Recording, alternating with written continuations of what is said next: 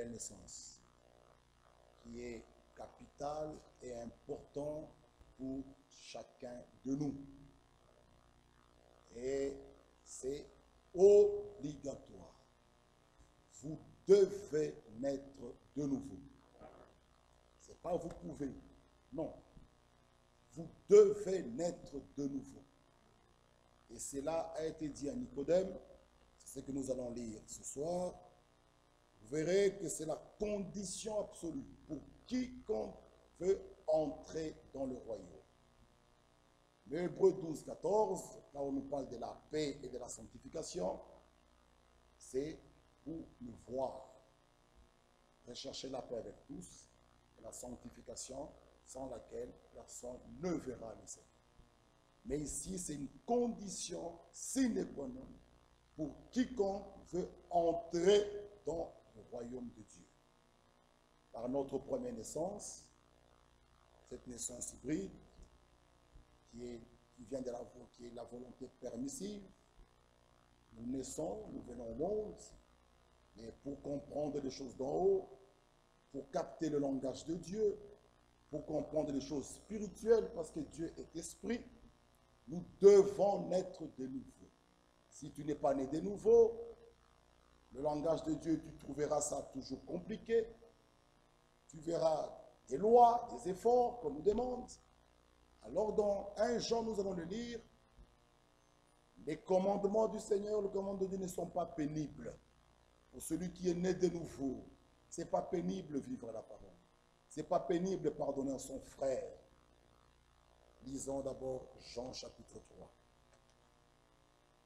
Il eut un homme d'entre les pharisiens, cet homme se nommait Nicodème, un chef des Juifs, qui vint, lui, auprès de Jésus de nuit et lui dit, « Rabbi, nous savons que tu es un docteur venu de Dieu, car personne ne peut faire ces miracles que tu fais si Dieu n'est avec lui. » Jésus lui répondit, « en vérité, je te le dis, si un homme n'est né d'eau, il ne peut voir le royaume de Dieu. »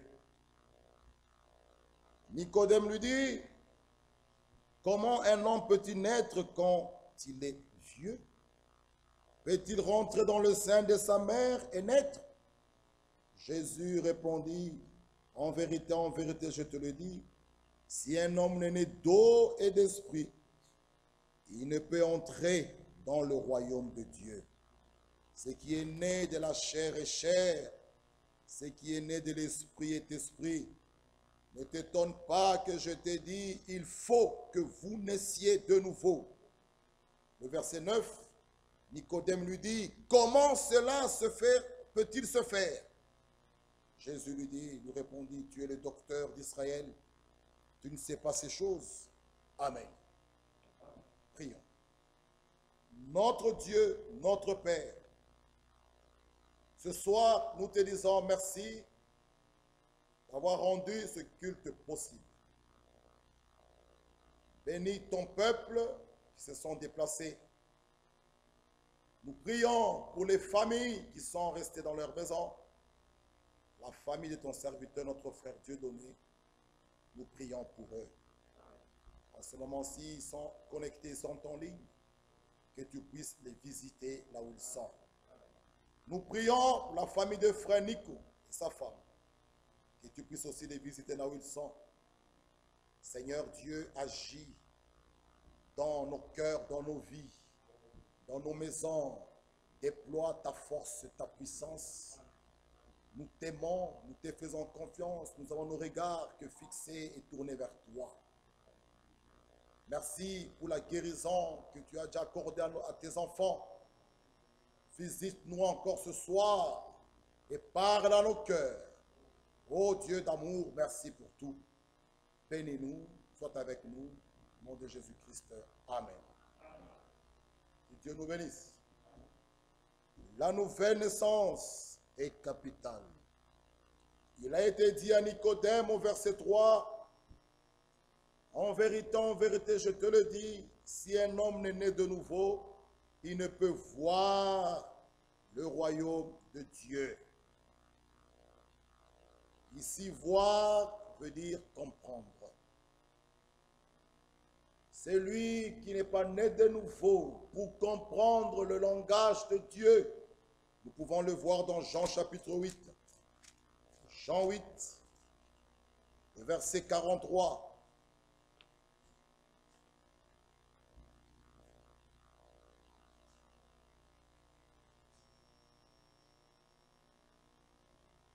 Jean 8, 43.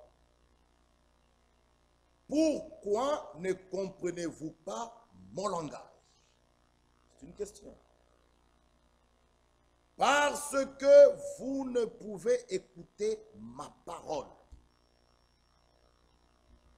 Pourquoi ne comprenez-vous pas mon langage? Dit Jésus. Sans la nouvelle naissance, capter le langage de Dieu, c'est compliqué. Parce que vous êtes encore charnel. Cette naissance qui vient de la volonté permissive, vous êtes limité. Vous ne pouvez pas comprendre les choses d'en haut, comprendre le langage de Dieu, même comprendre, avoir vraiment la vraie compréhension d'une prédication. Il faut naître de nouveau pour comprendre le langage de Dieu. Dieu a sa façon de parler. Il n'a pas le même langage que nous. Souvenez-vous, lorsque Lazare était mort, le langage humain, ils disent « Oh, il est mort !» Mais le langage divin, nous disons qu'il dort. Vous voyez que c'est deux langages vraiment différents. Les hommes disent qu'il est mort. Ils vont même plus loin. Et nous avons perdu un frère. Mais le langage de Dieu, nous n'avons pas perdu un frère. Le frère nous a précédés dans la gloire. Et dans peu de temps, nous le verrons. Perdre quelque chose, c'est la chose que vous ne pouvez plus retrouver. C'est fini. Vous avez perdu la chose. Je ne le retrouve plus.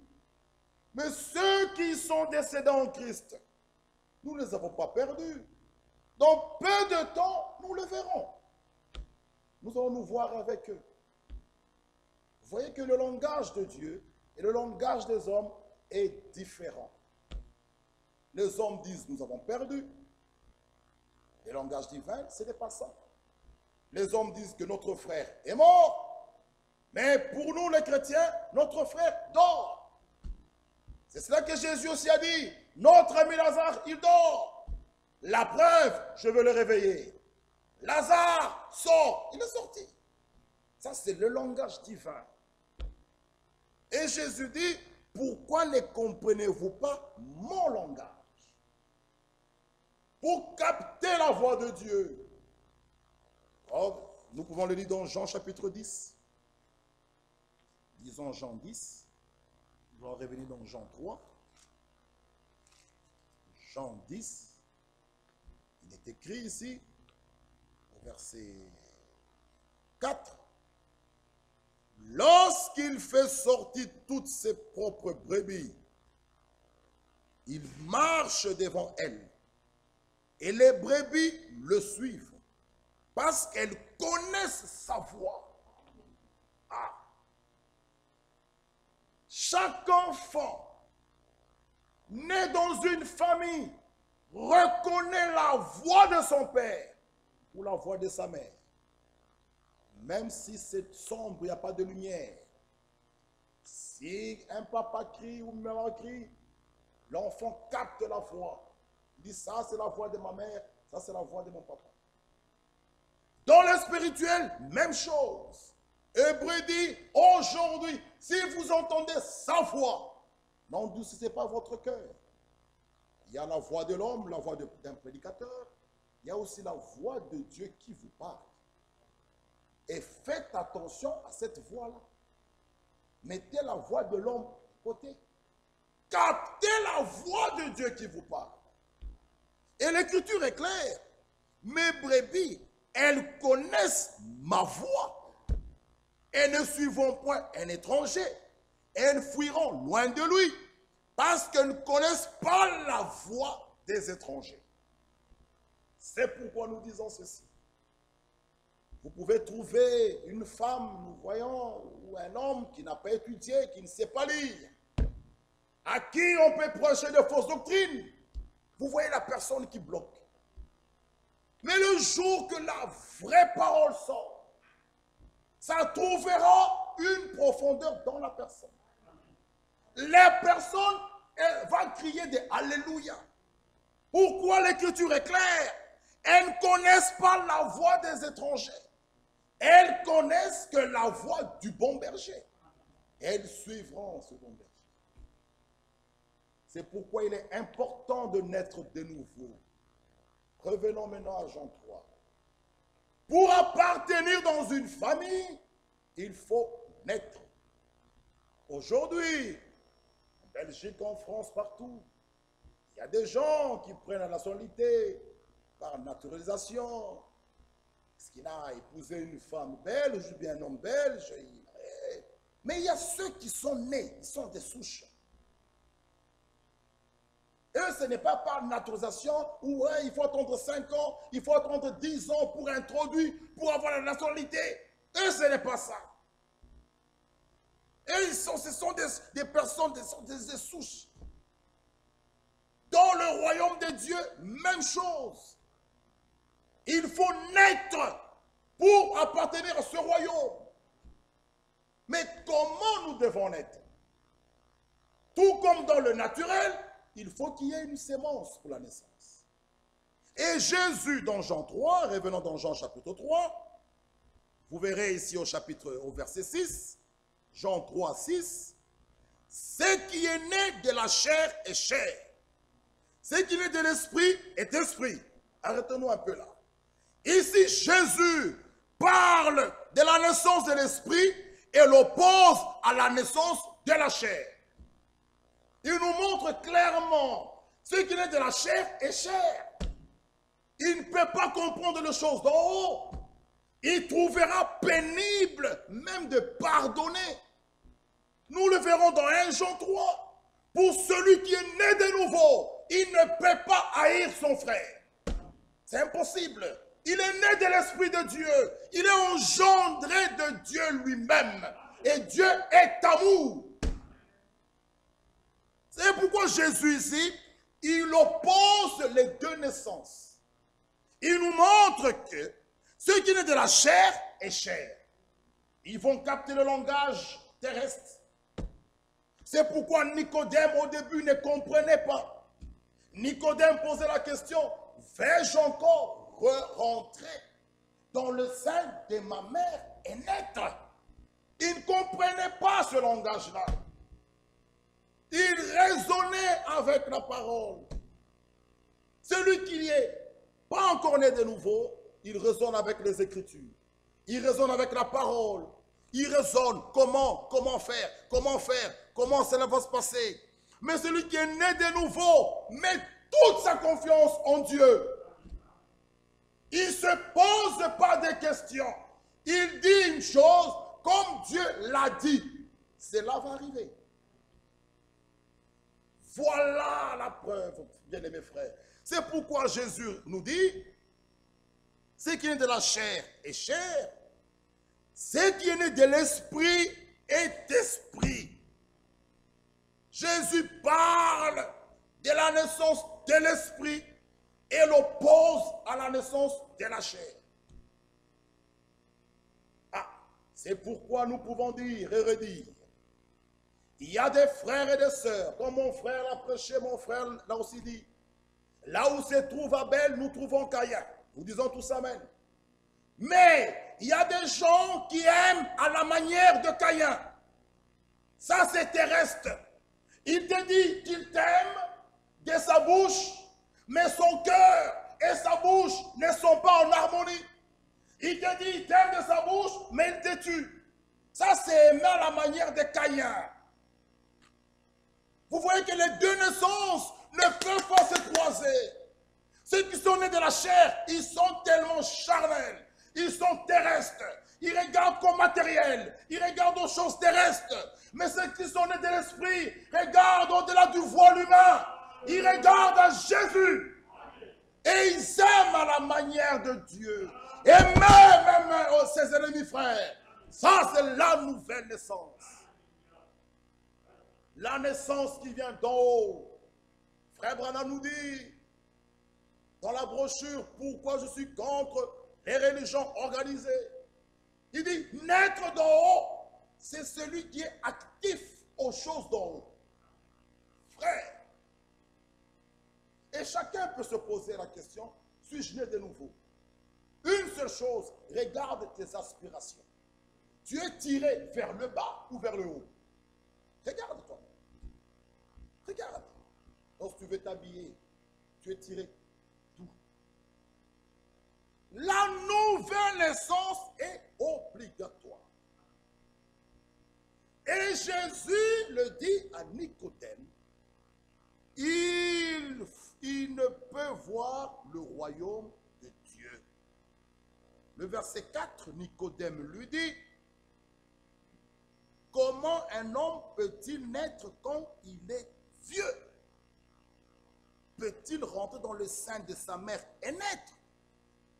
Mes bien-aimés frères, la nouvelle naissance, c'est le renouvellement et la régénération intérieure opérée par Dieu lui-même dans cet homme qui est revenu à Dieu par la repentance et la conversion.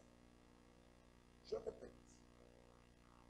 C'est pourquoi Romains 12, lisons d'abord Romains 12. Romains 12, ici, Romains chapitre 12, verset 1er. Je vous exhorte donc, frères, par les compassions de Dieu, à offrir vos corps comme un sacrifice vivant, saint, agréable à Dieu, ce qui sera de votre part un culte raisonnable. Le verset 2, ne vous conformez pas au siècle présent, mais soyez transformés par le renouvellement de l'intelligence, afin que vous discerniez quelle est la volonté de Dieu, ce qui est bon, agréable et parfait. La nouvelle naissance, c'est le renouvellement et la régénération intérieure. Et le renouvellement concerne le cœur de l'homme. Amen. Donc, la nouvelle naissance est le renouvellement et la régénération intérieure. Voilà pourquoi nous pouvons dire, aussi longtemps notre intérieur n'est pas encore renouvelé, n'est pas encore transformé, nous entendrons longtemps la transformation extérieure. Il faut d'abord l'intérieur, le cœur de l'homme, parce que le renouvellement concerne le cœur de l'homme.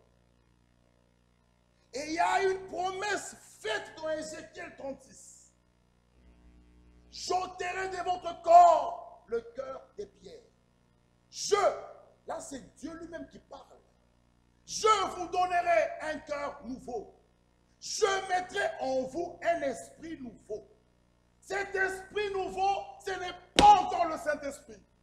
Nous sommes encore dans le processus de la nouvelle naissance. Il ôte le cœur des pierres.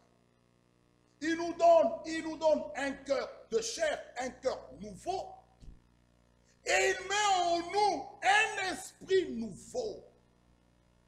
Frères et sœurs, cela est opéré par Dieu lui-même. C'est pourquoi vous devez venir mourir à la croix. La nouvelle naissance et le renouvellement et la régénération intérieure, opérée par Dieu lui-même. Où? Dans dans l'homme, cet homme qui est rentré à Dieu par deux choses. Par la repentance et la conversion. Lorsque la parole de Dieu nous est prêchée, Luc 8, 11, c'est la sémence, cette parole. Pour qu'il y ait une naissance, il faut qu'il y ait une présence de la sémence. Même dans le naturel. Et la parole de Dieu aussi est cette sémence. Lorsque nous est prêchée, elle tombe dans un cœur vraiment prêt à accepter la parole, à recevoir cette parole. Cette parole touche ton cœur. Cette parole pointe les fautes que tu as commises. Par la prédication de la parole, Dieu te montre le tableau de la vie noire que tu as menée.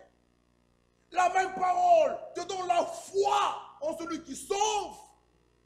Tu acceptes cela, tu es touché, Dieu conduit à la repentance. Après la repentance, tu passes à la conversion.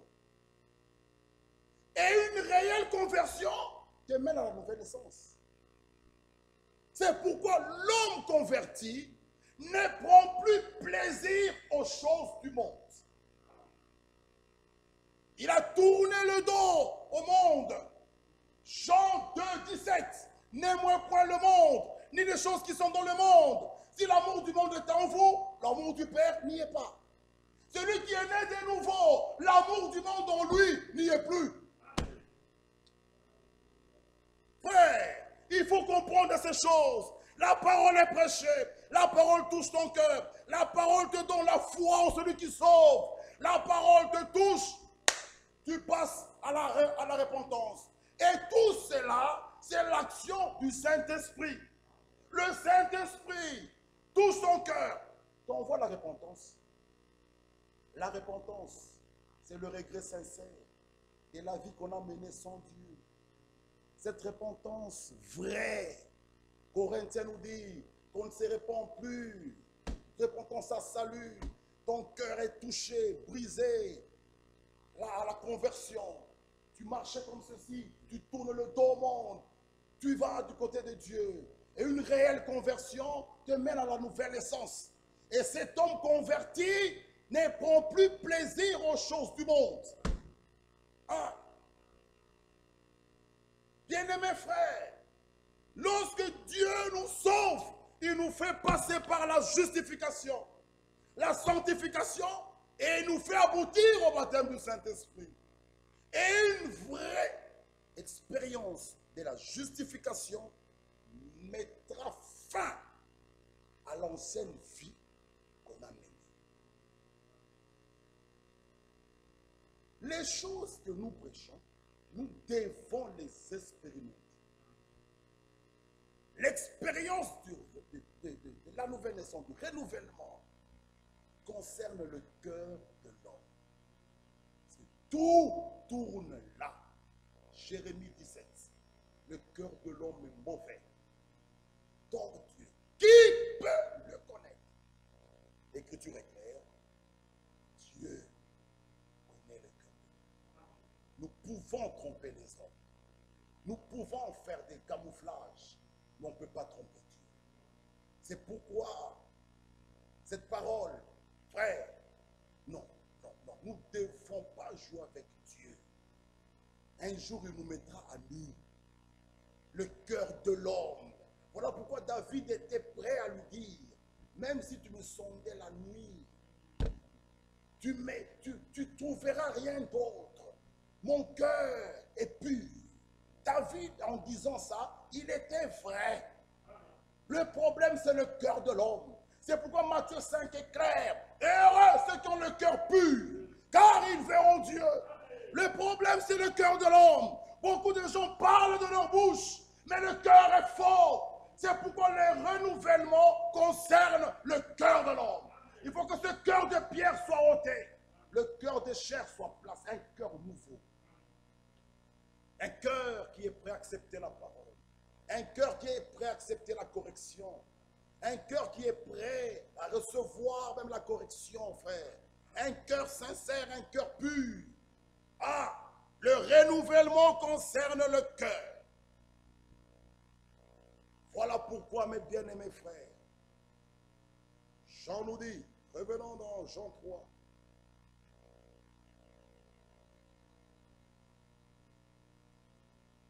Jean 3. Jésus lui dit, Jean 3, 3. En vérité, je te le dis, si un homme n'est né de nouveau, il ne peut voir le royaume de Dieu. Il ne peut comprendre. Et comment devons-nous comprendre les choses d'en haut? Éphésiens 1, 18 dit que le Dieu de grâce et de toute bonté puisse illuminer les yeux du cœur. Et ce message, le but principal, c'est le retour des cœurs des enfants à leur père.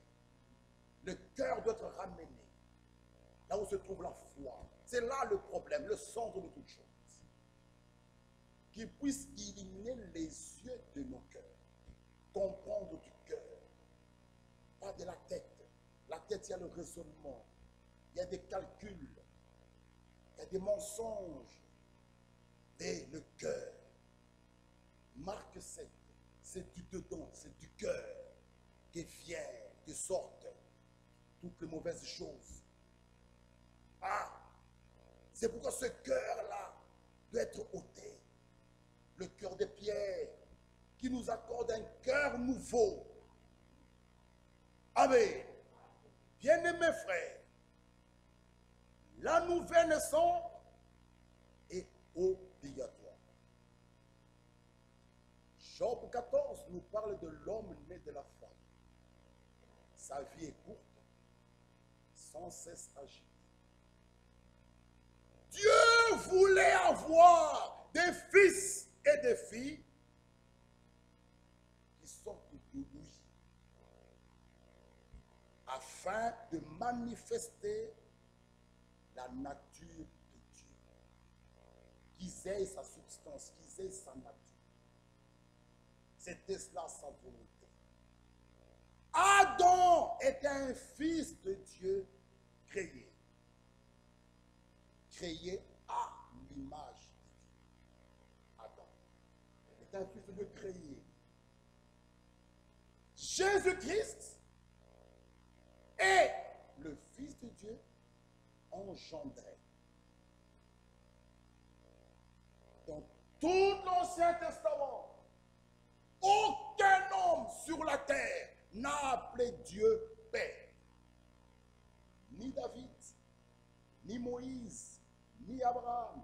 Personne n'a levé les yeux vers le Seigneur dit Père. Personne. On voit un jour un homme qui apparaît sur la terre, dans Matthieu 6, qui lève les yeux, qui dit Notre Père qui est aux cieux, qui nous montre comment prier. Et frère Franck l'appelle l'ABC de l'homme croyant. C'est le Notre Père qui est aux cieux. Si tu ne pardonnes pas, comment veux-tu qu'il te pardonne? Ça, c'est l'ABC de l'homme croyant. Matthieu 6, que chacun puisse lire cela. Jésus arrive, il lève les yeux et dit Notre Père qui est aux cieux. Le Fils engendré. Le commencement de la création de Dieu. Et lisons un peu dans Jean 8. Regardez. Jean 8, là où nous étions. Le verset 41. Jean 8, 41.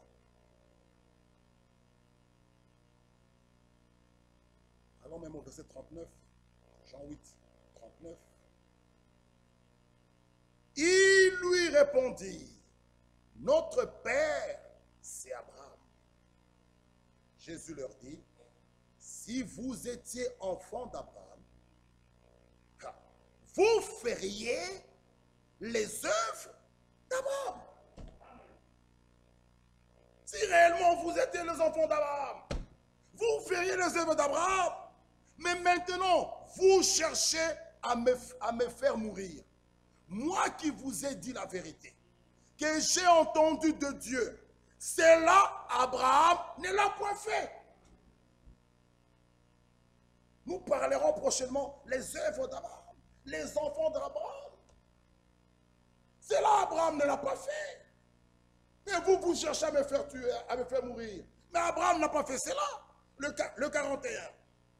Vous faites les œuvres de votre Père.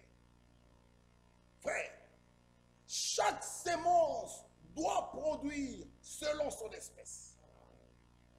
Si Dieu est ton Père, frère, tu feras les œuvres de ton Père.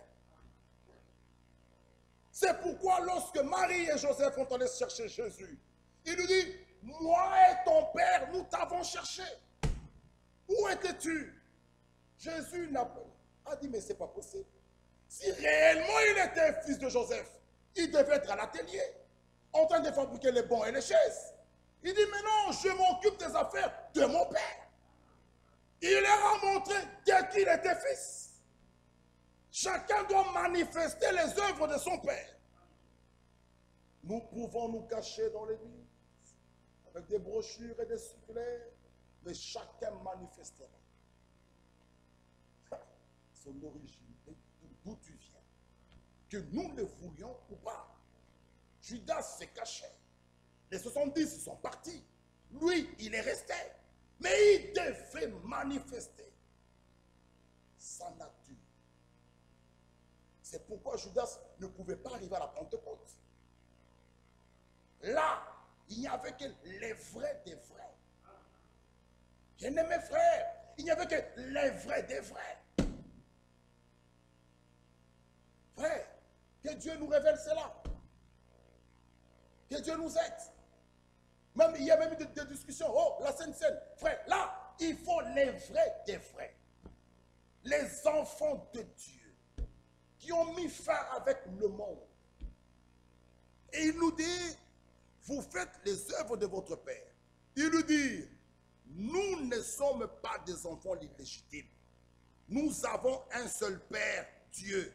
Ah, Jésus leur dit, ah, si Dieu était votre Père, alors vous m'aimeriez.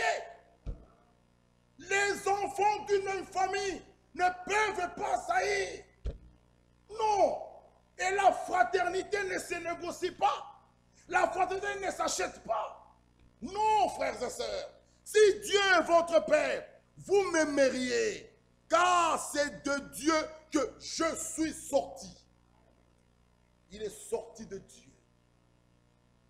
Le Fils engendré. Quand nous parlons d'un père, nous parlons d'engendrement. D'une femme, elle a enfanté. Pas que cela vous trompe. C'est clair. Fils engendré. Jésus-Christ. Ah, les commencements de la création de Dieu. Adam, un fils de Dieu créé. Jésus-Christ, fils engendré. Et Dieu voulait avoir des fils et des filles. C'est sorti, qui sortent de lui, qui manifestent sa nature. Ah! Et c'est là, nous l'avons par la nouvelle naissance. Lorsque nous écoutons la parole, nous recevons la parole, cette sémence parole, en nous, avec joie, alors le Saint-Esprit de Dieu vient accomplir l'engendrement. Viens vivifier la parole et nous naissons. Il faut recevoir la parole de vérité. Jacques chapitre 1. Jacques 1.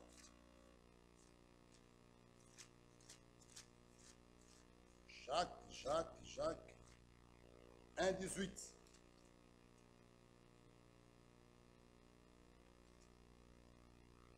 Jacques 1, 18.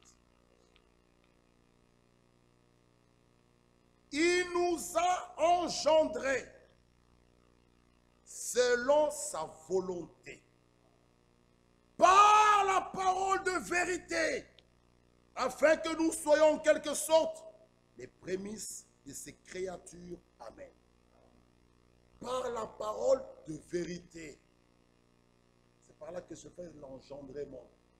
Pas n'importe quelle parole. La parole de vérité.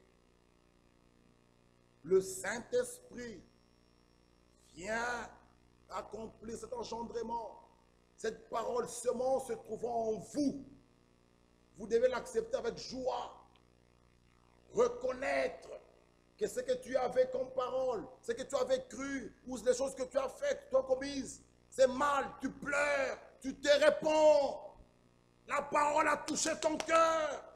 Tu pleures, tu te réponds. Le Saint-Esprit viendra, frère, vivifier, se mettre sur cette parole, la vivifier, la féconder et accomplira l'engendrement. Mes bien-aimés frères, un homme, une femme nés de nouveau,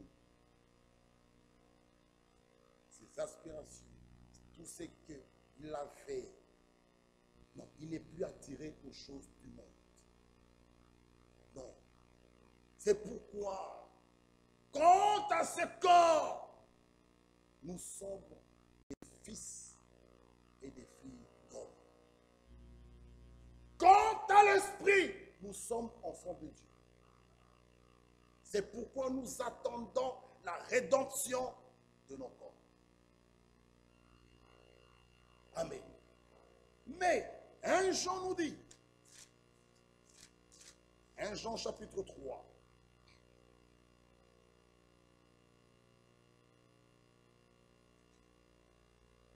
allons d'abord 1 Jean chapitre 5, 1 Jean 5. 1 Jean 5. Quiconque croit que Jésus est le Christ est né de Dieu. Et quiconque aime celui qui l'a engendré, aime aussi celui qui est né de lui. Nous connaissons que nous aimons les enfants de Dieu lorsque nous aimons Dieu et que nous pratiquons ses commandements. Car l'amour de Dieu consiste à garder ses commandements. Et ces commandements ne sont pas pénibles. Ah. Car tout ce qui est né de Dieu triomphe du monde. Et la victoire qui triomphe du monde, c'est notre foi. Celui qui est né de nouveau n'est plus possédé par des démons. Il est enfant de Dieu. Il est né de Dieu. Venir encore nous dire, frère, je dormais, femme de nuit, ce sont des démons. Comment un enfant de Dieu peut nous dire des choses comme ça? Ça, ces choses-là, frère, tous, Dieu n'a pas créé ces choses-là. À la création, où est-ce qu'il a créé ces choses? Ici, c'est une femme, là-bas, si c'est un poisson. Non, ça ne nous amenait pas des choses comme ça. Ce sont des esprits, des démons. Un enfant de Dieu n'est pas possédé par des démons. Il est libéré. Colossiens nous dit, rendez grâce au Père. Il vous a rendu capable. Il nous a délivrés de la puissance des ténèbres. Quiconque croit en Dieu est délivré. L'œuvre de la croix de Golgotha nous rend libres. Frères et sœurs, acceptez cela. Nous avons lu, il a dépouillé Satan. On n'est plus lié avec ces choses-là. Des prières, des cures d'âme. Vous trouvez ça où ces choses dans la Bible? Si tu crois réellement, tu crois à l'œuvre comme tu du calvaire, que Jésus a vaincu, Satan a été dépouillé, le mur d'inimitié renversé, tu es délivré. Jésus l'a dit dans Luc, l'Esprit du Seigneur est sur moi. Il est venu pour ôter les œuvres du diable. Quiconque croit sincèrement à cette œuvre-là, ma soeur et mon frère, même ce soir, tu es libéré. Oui, c'est ça la mission, nous allons le lire. Car tout ce qui est né de Dieu, il triomphe du monde. Et la victoire qui triomphe du monde, c'est notre foi. Un enfant de Dieu qui est né de nouveau n'a pas peur. La peur ne vient pas de Dieu. À chaque fois, un ange apparaissait, il avait un message merveilleux, ne craignez point. Les enfants de Dieu n'ont pas peur. Pourquoi? Rien ne peut nous arriver tant que Dieu ne leur donne. Bien-aimés frères et sœurs, même mourir, il faut que lui leur donne. Qu'est-ce que le Covid-19 devant le peuple de Dieu? N'avait-il pas dit à Josué, partout ton pied va fouler, je te le donne. Toutes les promesses nous appartiennent. La guérison est pour nous. La santé est pour nous. La foi est pour nous. La vie privée est pour nous. La puissance est pour nous. Le millénium est pour nous. L'enlèvement est pour nous. Marche avec foi. Oh frère, Jérémie nous dit ceci. Jérémie nous dit ceci, Jérémie 1,19. Jérémie 1,19, l'écriture que je vous ai envoyée, Jérémie 1,19. Écoutez ceci. Un enfant de Dieu n'a pas peur. Non, non, non, non, non, non, non. Jérémie 1,19 nous dit, ils te feront la guerre. Frère, ils te feront la guerre. Ils ne te vaincront pas, car je suis avec toi pour te délivrer, dit l'Éternel. Ceci, les enfants de Dieu s'en approprient. Une promesse merveilleuse. Ils te feront la guerre. Oh, Ésaïe 35, Ésaïe 35. Ésaïe 35 nous dit quoi? Ésaïe 35 est clair. Le verset 4, le verset 3, Ésaïe 35 nous dit, fortifiez les mains languissantes, affermissez les genoux qui chancellent. Ce soir, dites à ceux qui ont le cœur troublé, dites-le ce soir à un frère ou une sœur qui a le cœur troublé, prenez courage, ne craignez point, voici votre Dieu, la vengeance viendra, la rétribution de Dieu, il viendra lui-même et vous sauvera.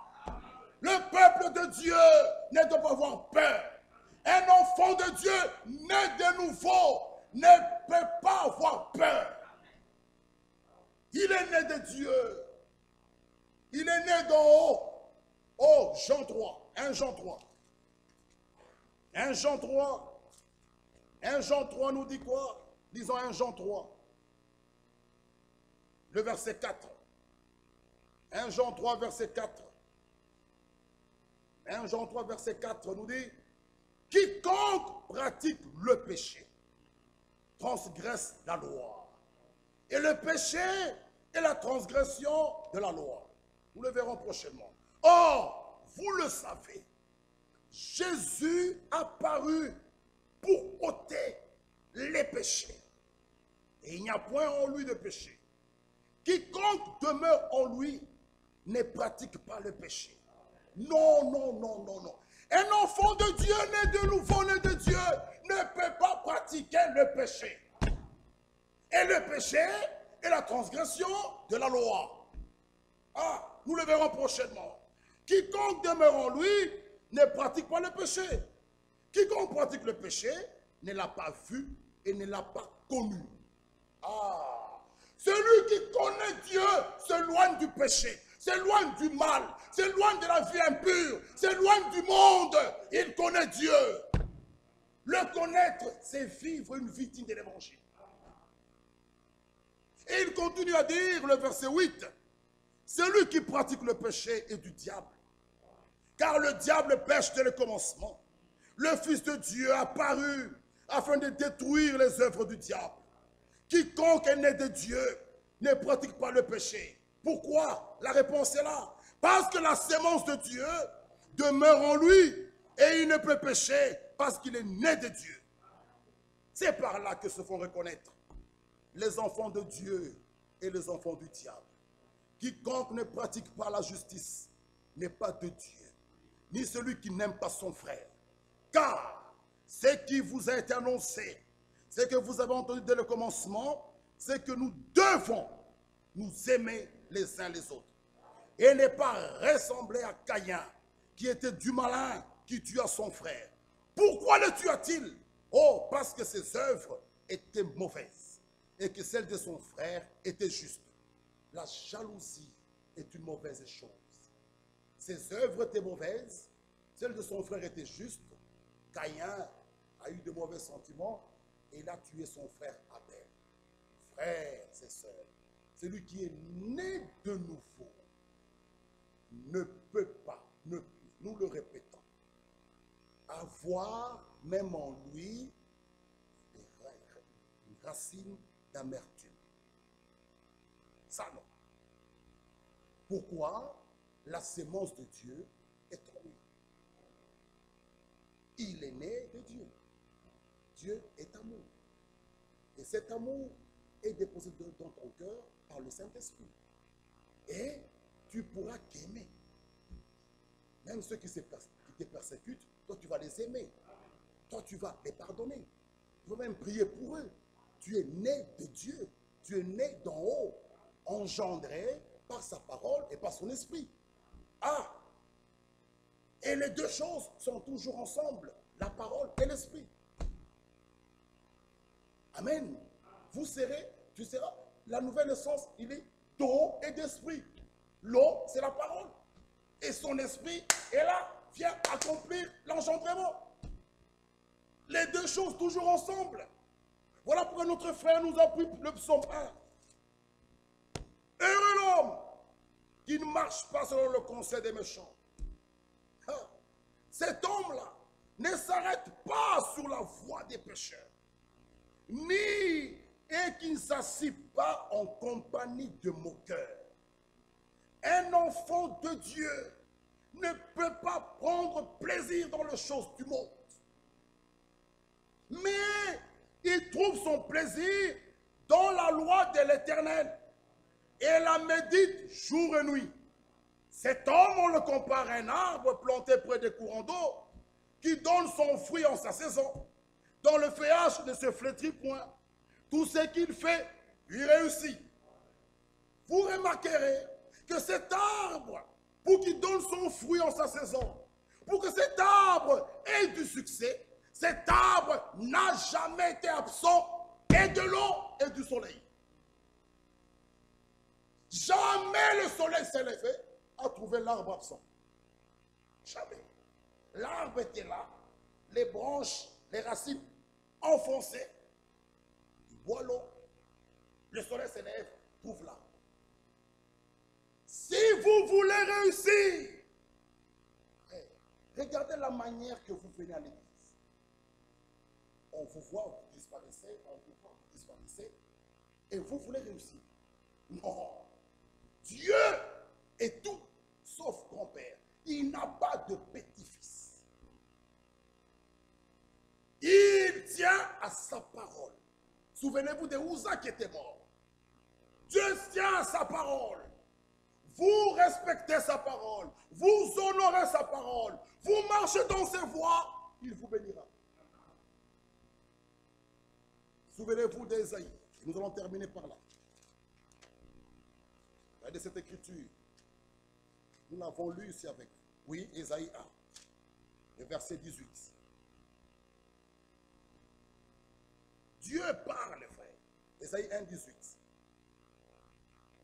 Qu'est-ce qu'il nous dit? Venez et plaidons. Une invitation donnée à tout le monde. Venez et plaidons, dit l'Éternel. Si vos péchés sont comme le cramoisi, ils deviendront blancs comme la neige.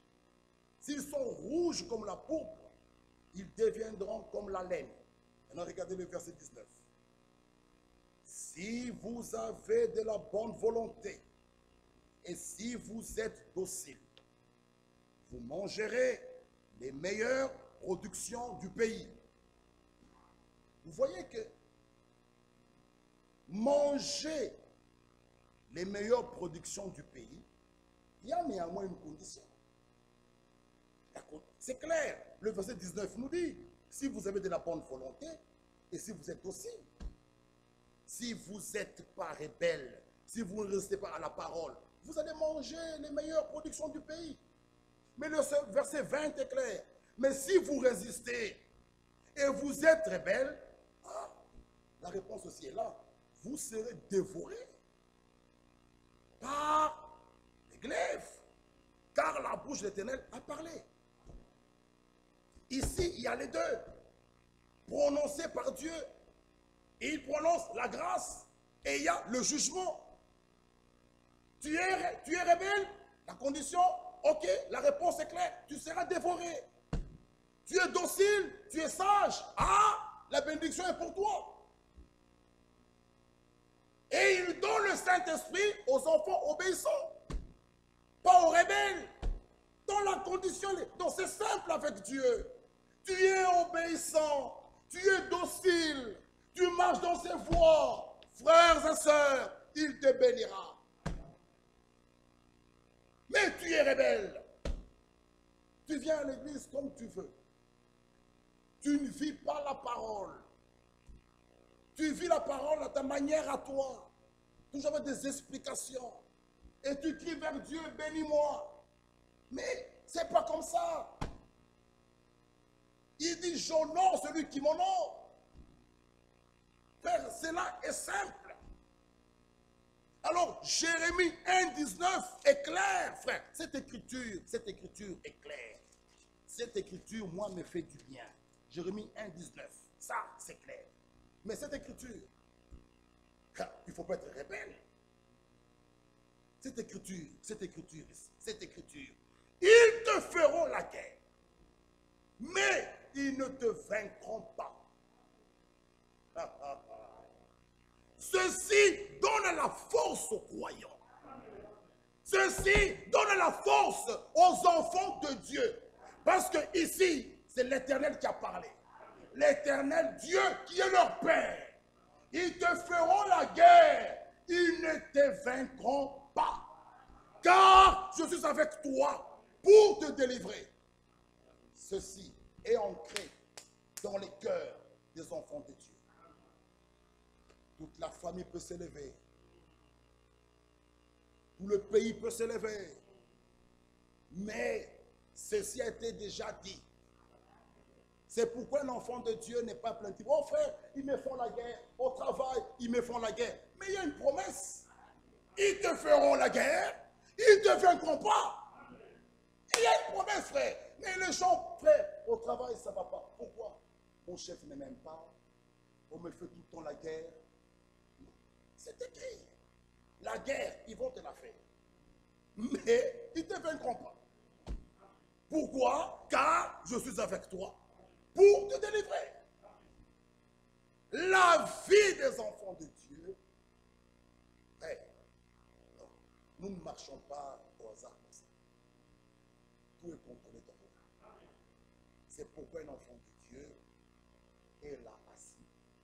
Que la maladie l'attrape, que la crise l'attrape, il tourne vers son Père, il dit, oh Dieu, je m'abandonne entre tes mains, seule ta volonté soit faite. Et il continue son crainte. Parce que tout vient de là. Frère, tant qu'il n'a pas encore sifflé que tes jours s'arrêteront là, même si l'avion tombait, tu en sortiras toi vivant. Ça, nous devons l'avoir en nous. Et ce que tu crois, c'est ce que tu vas expérimenter. La peur ne vient pas de Dieu. Un enfant de Dieu n'a pas peur. Chaque fois, aime Jésus-Christ pour nous dire, n'ayez pas peur. Ayez la foi. Que Dieu nous bénisse. La nouvelle naissance vient d'en haut. Et celui qui est né de nouveau a la vie éternelle. En dehors de la nouvelle naissance, il n'y a pas de vie éternelle. La vie éternelle, c'est la vie de Dieu. Celui qui est né de nouveau, il est participant à la nature divine. Celui qui est né de nouveau, il a le caractère divin en lui. Il est né de Dieu. Il est sorti de lui, engendré. Et Dieu devint son Père. Tu peux appeler Dieu notre Père. Oh Père, je viens vers toi. toute assurance. Dieu est ton Père. Quelle sécurité. Avoir Dieu, le grand frère, le tout-puissant, ton Père. Il y a cette affiliation de Père, Fils, Père, Fille, Père. Non, mes frères et sœurs, réveillons-nous. Réveillons-nous. Regardez Josué. Il s'est battu. Il regarde, il voit le soleil, il commence à partir, la nuit tombe. Soleil, arrête-toi. Le soleil s'arrêta. Il était sûr que je prononcerai une parole, cela va s'accomplir. Voilà les enfants de Dieu doivent être sûrs que Dieu est avec moi. Oui, on peut te mettre dans une chambre seule. Pour le moment, dès qu'on t'intègre pas, tu entres seul, on ne peut plus te rendre visite. Tout le monde reste dehors. On donne les résultats, les informations par téléphone. Là maintenant, c'est toi et Dieu. Fini. Parce que parfois, quand on est malade, on aime voir les gens autour du lit. Les gens, on voit frère Bovic, on dit frère, chante un peu, il était non, il te chante, et puis frère, chante un peu. Ça fait du bien. Mais pour le moment, tu entres là, la famille, même la femme, le mari, les enfants n'entrent pas. Vous restez dehors. Là, c'est maintenant cette vie intime que tu as avec ton Dieu. C'est là le problème, frères et sœurs. Pour le moment, non, ne prions pas le Dieu des masses, le Dieu des groupes. Non, laissons ça. Il faut que ce soit toi et ton Dieu. Tu es dans un état où ta bouche ne peut pas s'ouvrir, mais ton cœur lui parle. Il y a une connexion qui s'est liée entre toi et lui. La bouche ne sait pas ouvrir, ne sait pas parler. Tu as le son de partout. Mais le Dieu du ciel, qui entend même le soupir inexprimable, le cœur parle. Non. Il nous faut ça. Arrêtons avec un Dieu théorique, un Dieu de l'histoire. Non, nous devons, frères et sœurs, être sûrs de toutes ces choses. Il y aura un temps où on ne sera plus comme ça. Chacun sera chez lui, avec sa famille, ses enfants, pasteur chez lui, en train d'exhorter sa petite famille. On te trouve peut-être, on prend le papa, on l'amène en prison. La maman reste, continuez, exhortez les enfants. Dites, tenez bon, il n'y aura plus de temps. Frères et sœurs, en ce moment-là, c'est toi et Dieu. Ce n'est plus le Dieu des groupes, le Dieu des masses, le Dieu de l'innov. Non, c'est le Dieu le Dieu le Dieu de. Oui, mes frères, cela a été dit. Le Dieu de Meshach, Shadrach, Abednego, le Dieu d'Abraham, le Dieu d'Isaac, le Dieu de Jacob. Il faut qu'on continue. Le Dieu de tel, le Dieu de tel. Il faut qu'il soit ton Dieu. C'est ce niveau qu'on doit arriver. Oui. Lèvons-nous, mes frères.